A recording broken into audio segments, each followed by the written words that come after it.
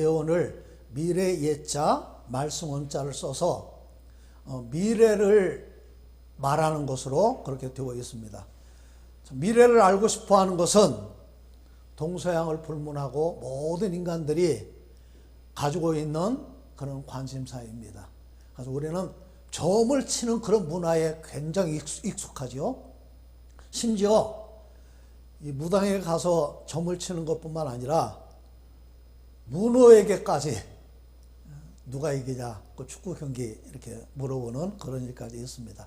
요즘은 서양에서 온 타로점이라고 하는 그런 점을 치는데 제가 인터넷에 찾아보니까 카드로 이렇게 점을 치는 것 같아요. 그러니까 카드로 이렇게 여러 장 카드를 선택하게 해서 그것을 해석해서 미래를 알려주는 그런 방법인 것 같습니다. 우리가 미래를 알면 얼마나 좋을까요? 나쁠까요? 좋기도 하고 나쁘기도 하겠지요. 유명한 예언가 노스트라다무스는 예언의 70%를 맞추었다고 그럽니다. 그런데 그분이 이제 사행시로 굉장히 난해하게 시를 썼어요. 굉장히 추상적이고 난해한 그런 시인데 거기에 고의적으로 해석을 꿰어 맞춰서 위대한 예언가가 되었다라고 하는 그런 주장이 또 있습니다. 왜냐하면 워낙 그 시가 단순해요. 그리고 난해합니다. 예를 들면 이런 거예요. 붉은 적군은 두려움에 창백해질 것이고 큰 바다를 공포에 떨게 할 것이다. 그러면 거기다 해석을 하는 거죠. 큰 바다는 대서양을 말하고 그 다음에 붉은 적군은 중국이다. 그러니까 이런 식으로 해석을 해서 나타난 현상을 거기에 꿰어 맞춘다는 거예요. 그래서 그 예언이 맞았다라고 주장을 한다는 겁니다. 인도 소녀 아비나 아난드라고 하는 소년이 있는데 이 소년이 아주 탁월한 예언가라고 그렇게 말을 합니다. 2019년 11월 달에 뭐가 있었죠? 코로나가 있었죠. 그 코로나가 발생할 것을 정확하게 예언을 하고 그 예언한 나라도 알아맞혔어요. 중국에서 아주 그 큰 전염병이 발생해서 세계적으로 위협이 될 것이다. 그런 식으로. 그러면 이 아이의 예언이 다 맞느냐? 그렇지 않다는 거예요. 2022년 세계적인 큰 경제 위기가 올 것이다. 틀렸어요. 2023년 경제 대호황이 찾아올 것이다. 그것도 틀렸어요. 그 다음에 나머지 뭐 자연재해나 뭐 새로운 변화에 대해서 예언을 했는데 제가 볼 때 그것은 누구나 할 수 있는 일반적인 예측으로 보입니다. 예언과 예측은 달라요. 예측은 나타난 현상에 대한 분석과 평가를 통해서 미래를 추정하는 겁니다. 그러니까 절대적인 것은 아니지만 과학적이고 합리적인 그런 방법을 통해서 미래를 예측을 하는 거예요. 근데 미래를 아무리 뭐 A1을 동원을 해서 예측을 해도 미래를 맞출 수가 없어요. 워낙 변수가 많아서. 사람의 예측도 마찬가지입니다. 1899년에 미국의 그 특허 청장이었던 찰스 듀엘이라고 하는 사람은 이제 발명한 것은 다 발명을 해서 더 이상 발명할 게 없다. 그렇게 공언을 했는데 그 이후에 얼마나 발명이 많이 됐는지 모릅니다. 1943년에 IBM 회장 토마스 왓슨이라고 하는 사람은 컴퓨터는 5대도 팔리지 않을 거다. 그렇게 아주 예언을 했는데 그 예측도 보기 좋게 틀렸습니다. 사람은 특별히 이렇게 어떤 특별한 능력을 가진 사람이 미래의 어떤 부분을 보기도 합니다. 우리 교회 안에도 예언의 은사라고 하는 것이 있어요. 사람은 영적인 존재이기 때문에 꿈을 통해서 미래를 보기도 합니다. 대표적인 꿈이 바로의 꿈 아닙니까? 7년, 흉년, 7년 풍년, 7년 흉년이 있을 것이니까 대비해라. 그래서 그 국가를 살리는 그런 꿈을 꾸었습니다. 예수님의 어머니 마리아와 요셉도 헤롯이 죽이려고 할 때 꿈에 주의 사자의 음성을 듣고 애굽으로 도피를 해서 목숨을 건질 수가 있었습니다. 그러니까 국어 사전에도 예언은 두 가지 뜻이 있어요. 첫째는 미래의 일을 말하는 겁니다. 또 하나는 하나님으로부터 계시된 진리를 사람들에게 전하는 말이나 일이다. 그렇게 되어 있어요. 그러니까 예언은 두 가지가 있습니다. 미래의 일을 아는 거예요. 그것을 말하는 겁니다. 또 하나는 하나님의 뜻을 전하는 거예요. 다시 말하면 성경 말씀이 예언이라 그 말씀입니다.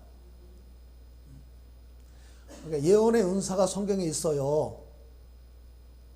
고린도전서 14장 3절에 보니까 그러나 예언하는 자는 사람에게 말하여 덕을 세우며 권면하며 위로하는 것이요. 예언의 은사는 점을 치는 게 아닙니다. 덕을 세우고 위로하고 권면하는 그런 은사라는 거예요. 막 그 예언의 은사를 통해서 은사받은 사람이 그 사람의 잘못이나 죄를 알 수도 있어요.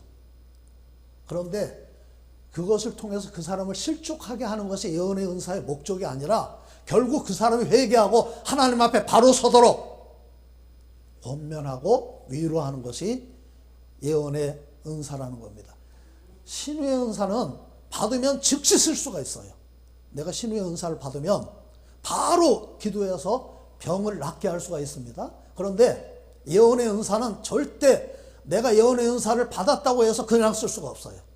수없이 많은 연단과 검증의 과정을 통해서, 왜냐하면 점쟁이는 50%만 맞춰도 훌륭한 점쟁이가 됩니다.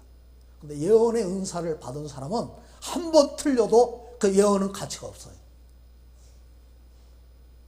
성경이 말하는 진짜 예언은 하나님의 말씀을 대언하고 선포하는 것입니다. 왜냐하면 일반적인 예언이나 예측은 틀릴 수가 있어요. 그런데 하나님의 말씀은 100% 반드시 이루어집니다.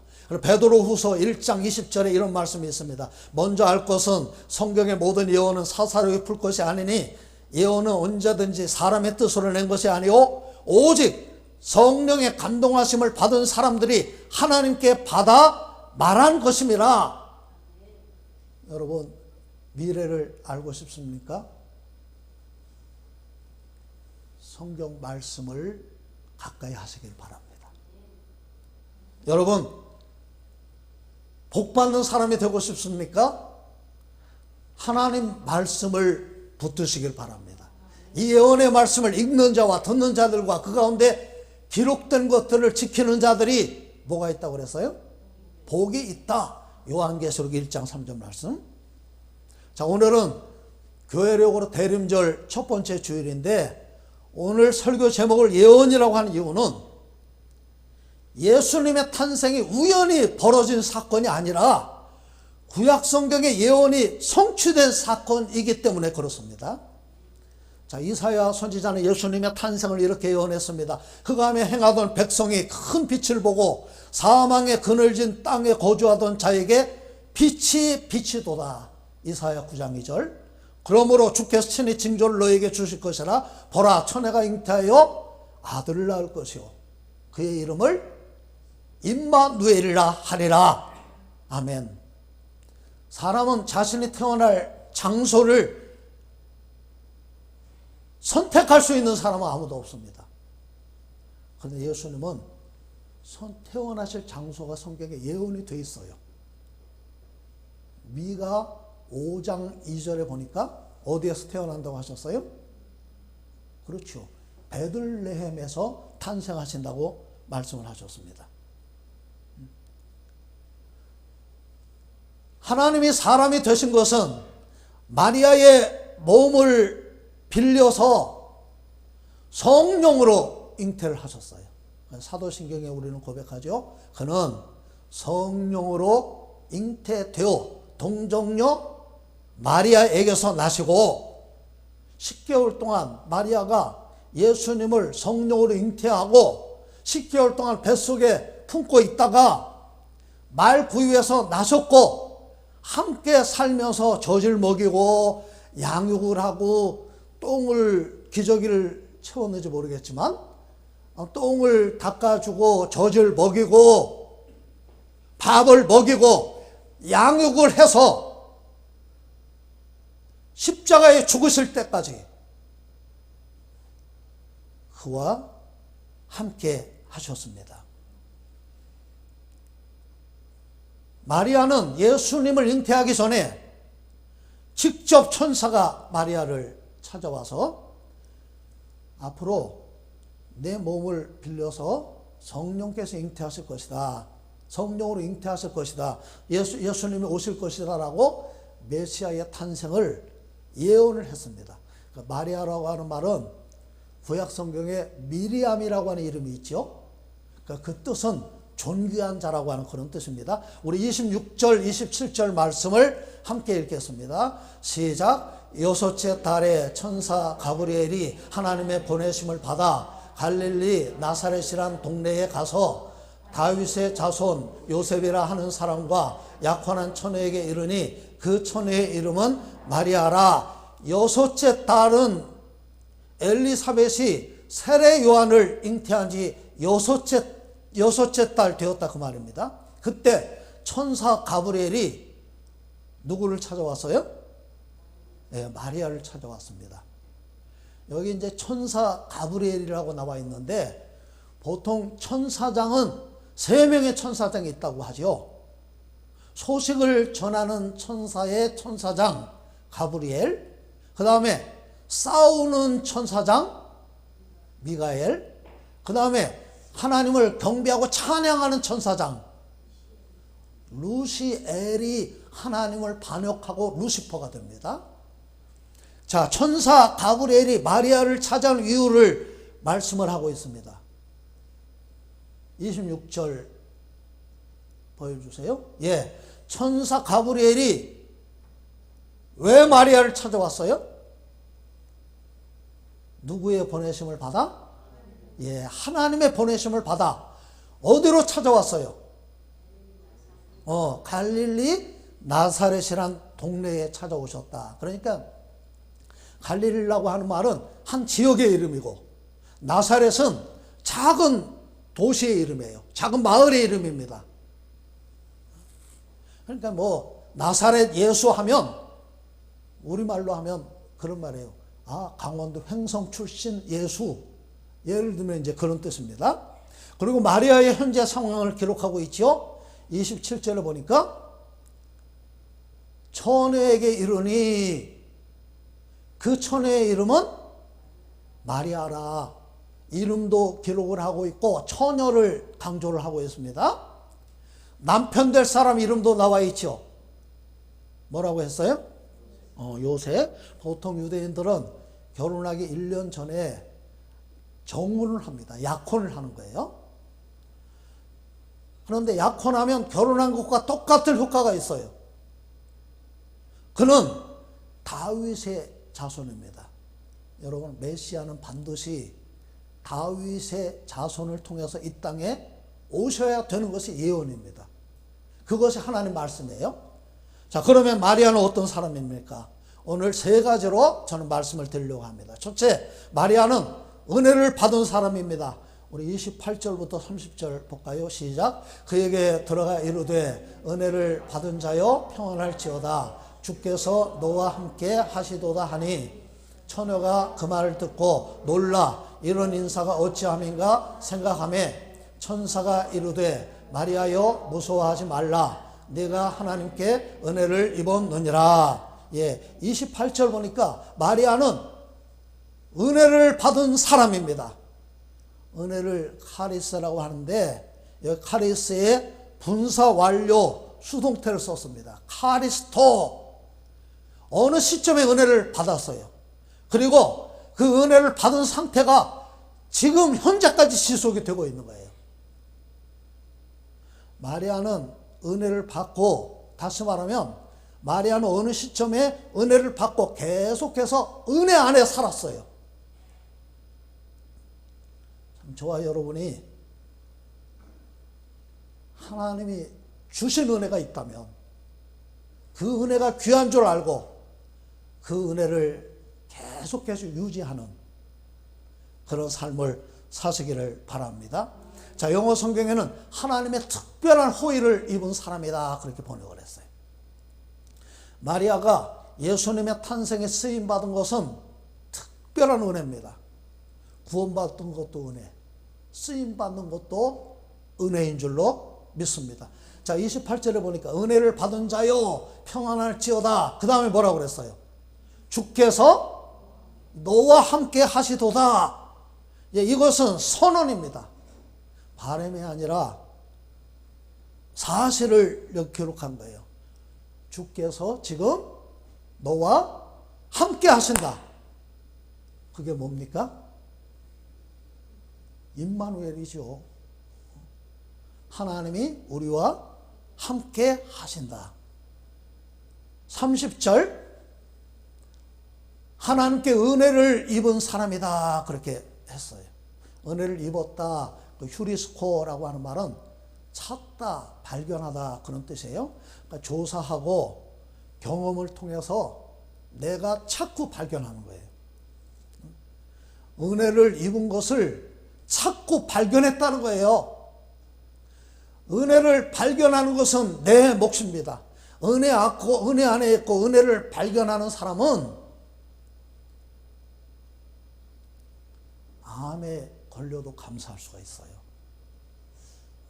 갑자기 교통사고를 당해도 감사할 수가 있습니다. 거저 주시는 은혜를 잃어버리지 말고 찾고 발견하는 여러분들이 다 되시기를 바랍니다. 자, 두 번째, 마리아는 순결한 여인이었습니다. 우리 31절 말씀을 보겠습니다. 시작. 보라, 내가 잉태하여 아들 낳으리니 그 이름을 예수라 하라. 가브리엘 천사가 마리아를 찾아온 이유가 뭐예요? 내가 아들을 낳을 것이다. 낳을 아들의 이름도 가르쳐 줍니다. 뭐라고 그랬어요? 예수라 하라. 마태복음 1장 21절에 예수라고 하는 이름의 뜻이 나와 있지요. 아들을 낳으리니 그 이름을 예수라 하라. 이는 그가 자기 백성을 그들의 죄에서 구원할 자이심이라. 예수, 여호수아는 구원자라고 하는 그런 뜻입니다. 그리스도는 기름 부음을 받은 자, 예수는 예수님의 인성을 나타내고 그리스도는 예수님의 신성을 말하는 거예요. 예수 그리스도, 그는 우리와 똑같은 사람이면서 그분은 하나님이시다. 그것을 말씀을 하고 있는 겁니다. 우리 32절, 33절 같이 보겠습니다. 시작. 그가 큰 자가 되고 지극히 높으신 이의 아들을 낳아 일컬어질 것이요 주 하나님께서 그 조상 다윗의 왕위를 그에게 주시리니 33절 영원히 야곱의 집을 왕으로 다스리실 그 나라가 무궁하리라. 아멘. 예, 32절 33절을 보니까 예수님이 어떤 존재인가로 자세하게 네 가지로 설명을 하고 있어요. 첫째, 큰 자가 된다. 키가 큰 사람이 될 것이다. 그게 아니라 위대한 사람이 될 것이다. 예수님의 신성을 설명을 하고 있죠. 그 다음에 뭐라고 그랬어요? 지극히 높으신 이의 아들이 될 것이다. 지극히 높으신 분은 하나님이죠. 하나님의 아들이다 그 말입니다. 그 다음에 다윗의 왕위를 가지신 분이다. 메시아의 다른 이름이 무슨 이름이 있죠? 다윗의 자손 예수요. 나를 불쌍히 여기소서. 다윗의 자손이 바로 메시아라고 하는 그런 이름입니다. 예수님은 다윗과 같은 왕으로 이 땅에 오셨습니다. 그래서 그분은 예수 이름의 권세가 있어요. 하늘에 있는 자들과 땅 위에 있는 자들과 또 땅 아래에 있는 모든 자들로 예수의 이름에 무릎을 꿇게 하셨다는 거예요. 하늘에 있는 천사와 모든 어둠의 영적인 존재들, 이 땅에 살고 있는 우리 인간들, 그 다음에 죽은 자들 뿐만 아니라 모든 이 어둠의 세계까지도 예수 이름의 권세에 복종을 해야 된다는 거죠. 자, 그 다음에 33절에 보니까 영원히 야곱의 집을 왕으로 다스리실 것이며 그 나라가 무궁하리라 그랬어요. 야곱의 집을 왕으로 다스린다. 택함 받은 성도들을 왕으로 다스리시고 그가 통치하시는 나라는 영원 무궁하다 그 말입니다. 그래서 마리아가 깜짝 놀라서 묻습니다. 아니 무슨 말씀입니까? 아직 나는 남자도 알지 못하는데 어떻게 이런 일이 있습니까? 그랬더니 35절 보세요. 시작. 천사가 대답하여 이르되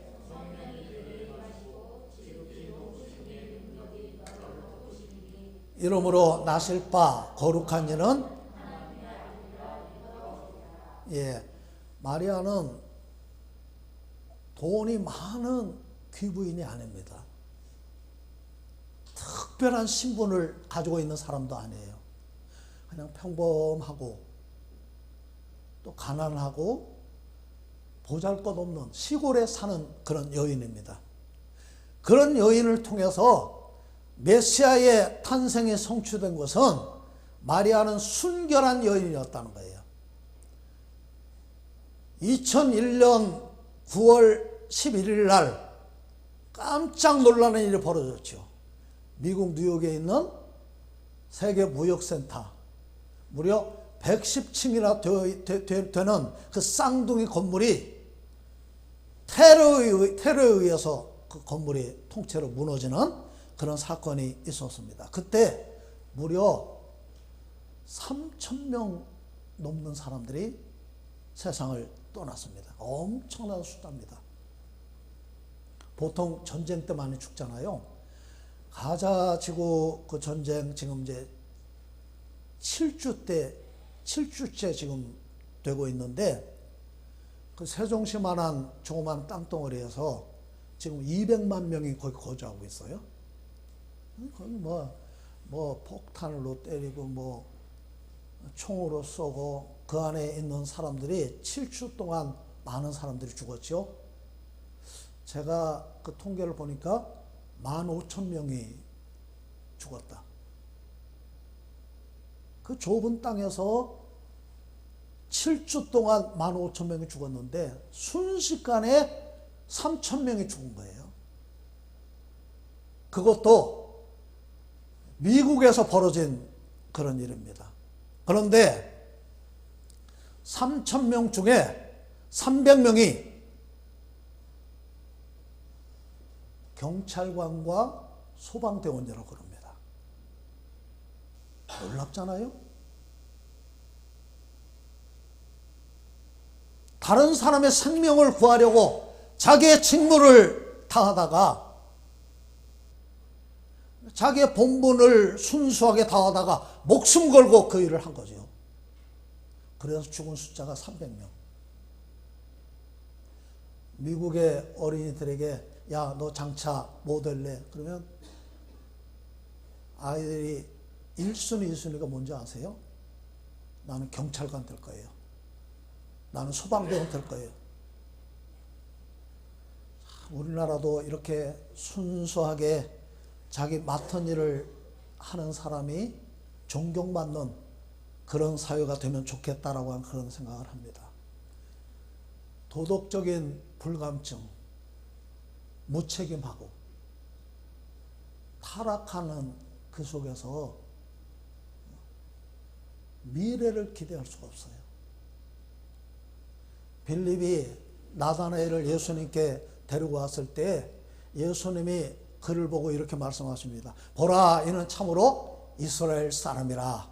그 속에 뭐가 없다고 그랬어요? 간사한 것이 없도다.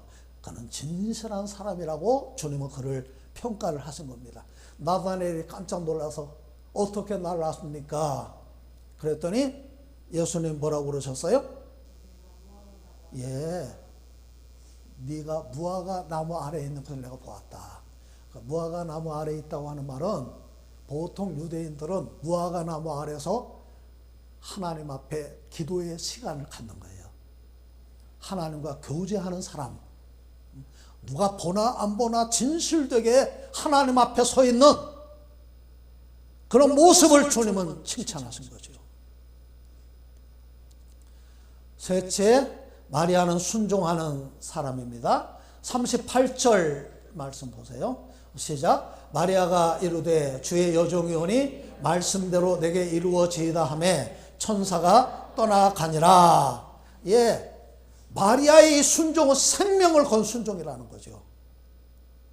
간음한 여인은 돌에 맞아 죽는 것이 유대인의 율법입니다.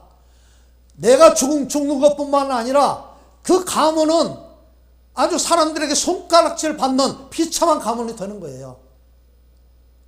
그걸 감수하고 순종을 했다는 거예요.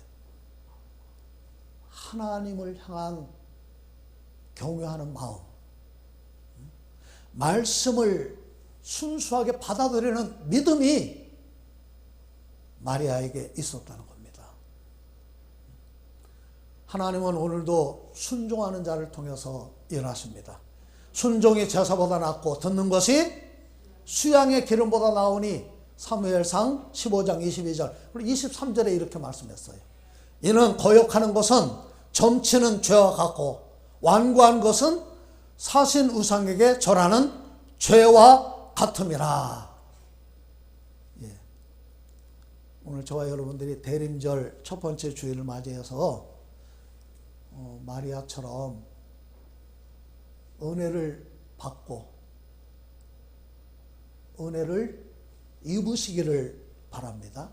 어린아이처럼 순수한 믿음, 그리고 불순물을 제거한 정금 같은 믿음으로 주님을 위해서 헌신하고 순종하고 주님의 일을 감당하시기를 바랍니다.